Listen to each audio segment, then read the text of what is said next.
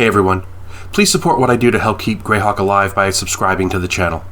Also, please consider becoming a channel member to get early access to videos, exclusive live chats, quarterly adventure modules, and more. Thanks, and enjoy the show. So, I'm having fun going through the Slave Lords module, so that's what we're going to continue to do today on Greyhawk Grognard.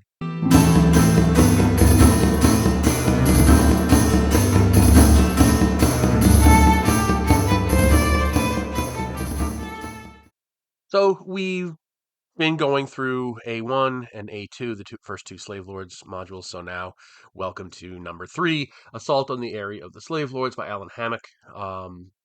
Third in the series. It's got this, the usual what you'd expect physically. It's got the separated map and beautiful blue maps.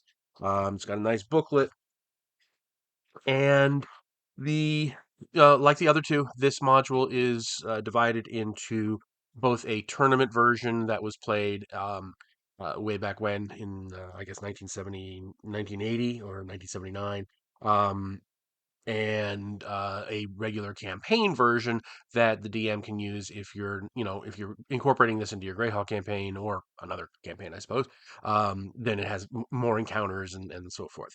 And to my mind, that is one of the biggest weaknesses of this module. But I'll get into that in a second. Um, the tournament module is exactly what you would expect. It is exactly like the first two tournament modules.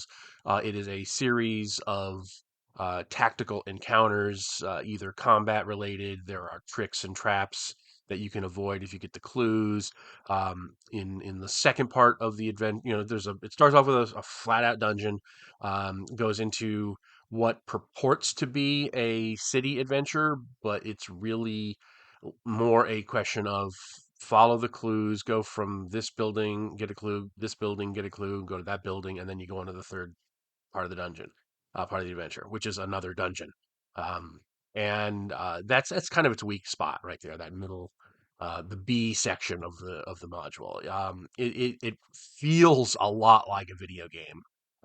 Where you have to you go and you have to say the right thing to an NPC and then they'll give you a clue that gets you to the next thing. It feels really um, heavy-handed in that respect. One of the encounters is literally hand the innkeeper 50 gold pieces and he'll tell you where to go next. It's that level.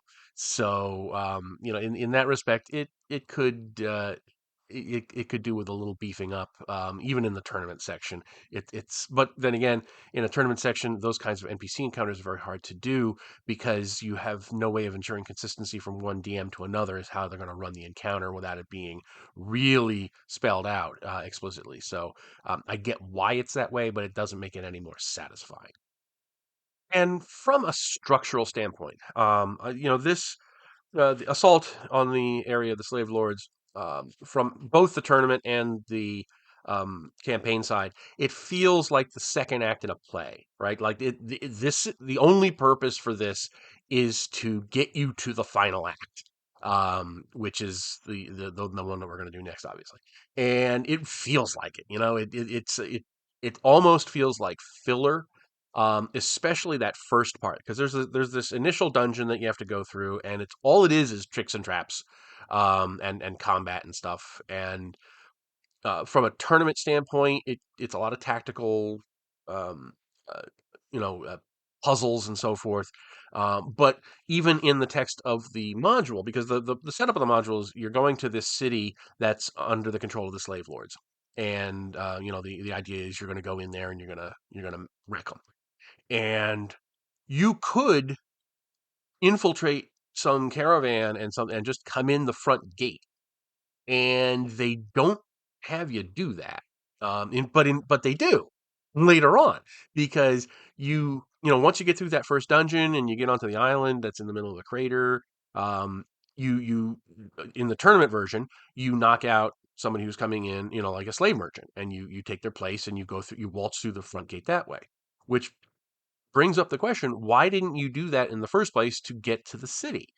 Rather than having to go through this weird dungeony thing, you could just go through.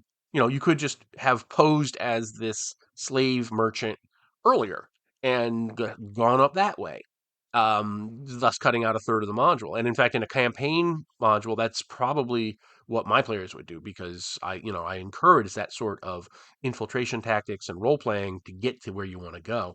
Um, and it just feels like that should be the way you deal with this. It's kind of like Temple of Elemental Evil, that if you go in, just burst in with swords, you're going to get, you're going to encounter fierce resistance. This, you're much better off infiltrating, pretending to be one of them, or pretending to join them or whatever. And it's just, it should be the same, should be played the same way here, but for some reason the module um, is structured so that you don't. And again, I get it. It's a tournament. The whole point of tournaments is to have these string of encounters, but it just doesn't make a lot of sense. Plus, there's an NPC in that first dungeon who escapes and then never heard from again. There's no impact to the fact that he gets away and presumably warns the slave lords that somebody's coming up through this dungeon entrance, because the dungeon is like they're a secret escape route or something. Um, so if you're playing this in a campaign, don't get hung up on that dungeon part of this first of this module, because it's honestly it's really superfluous, and in a lot of ways it can be viewed as something to be avoided. If you have to go in through the back door like that, you've done something wrong, because it's just going to be a drain on your resources. Now, the next issue I have with this, and I understand, in a module like this, it's only 28 pages long. Um, the town of Suderham is really sparsely um, developed, and I understand why. Again, it's a short module. The focus is on the tournament aspect of it.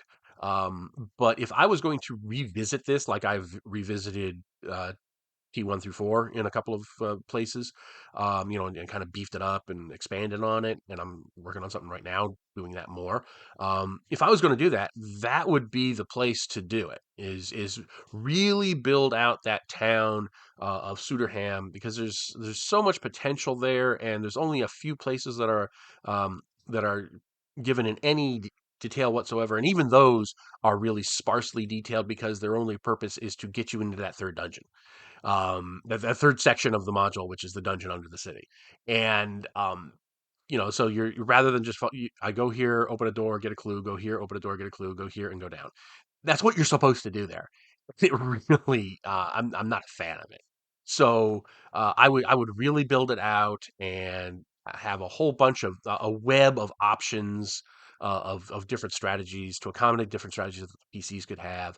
There's a whole bunch of different ways to approach that, and really building out the town would be key to that, because you could throw in different factions. Maybe there are people who are not happy with the slave lords, who are, well, we know that because there's people betraying them, but I mean, like, different evil factions, and maybe factions within the slave lords, and there's intrigues. One slave lord is trying to do this to another, and so you could really play into that, and really turn it into something special, rather than hand the innkeeper 50 gold pieces and get the clue, which I'm not. I know I keep saying it, but I'm not a fan of that. There's also a few things in here that are just not explained, and they're really puzzles as to what they're doing there. I mean, in the town that is supposedly under the control of the slave lords, there's a thieves guild and an assassins guild, and all, things like that. What's the relationship? I mean, is the assassin is the guild master of assassins one of the slave lords? Is the thieves guild master a slave lord? Are they under the thumb of the slave lords? Are they rivals to the slave? None of these. Um, None of these relationships is really built out in any detail at all, because the only reason for their existence is to give you a map, you know and as such, if you're going to be plopping this into your campaign as the campaign version rather than the tournament version, it leaves a lot on the shoulders of the DM to flesh out. And unless you realize that before while you're first on your first read of it, before your players get there, you're going to be caught flat-footed, because you're not going to have anything prepared for that. So you really need to build up that town. And that, maybe now, the more I think about it, the more I want to do it. Really build out the town, and make it come alive to be able to do that. So, um, this just a few notes. It still has the same um, and the same player characters with the same, it gives you their magic items and their other equipment and spells they have. Um, this was the first appearance of the Stroper or Staroper, which is a variant on the Roper. Um, and it does give you another one of the um, less satisfying and yet still understandable things that it does is that final encounter when you meet the slave lords.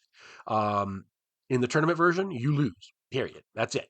You there is really no option for you to win in the tournament version because the whole point is to get you to the next module where you have lost and you're their prisoner. In the campaign version, it tells you, if the party loses, then you go on to A4, and if the party wins, um, then they will almost be. Then congratulations. The iron staircase goes up to the building, the stronghold, where they will certainly be killed. So, even the campaign version is really geared towards get you to A4, get you to prisoners of the slave lords or whatever it's called. Um, uh, in the dungeons with slave lords, that's on that score, I find this one probably the weakest of the four of them for those reasons. It's more railroady than the other versions, which were really railroady because it's a tournament. And this doesn't give you really the tools that you need to include it as a campaign piece, because in a campaign piece it's an urban adventure and there's not enough here to do a proper urban sandbox type adventure. So it puts a lot of work on the DM side. Plus there's a quick note in the thing that says, because like here's the there's the town and there's the island in the middle of the volcano, and it says, well, if they try to do anything on the island, just discourage it because they have to do that in the next module. So, oh, really? That's what we're doing. And again, I get it. It's tournament, but still, I find it very dissatisfying. So, with all due respect to Alan Hammock, who I like, and I think he is otherwise a very good designer, I thought this was a weak entry in the quadrilogy. So, there it is.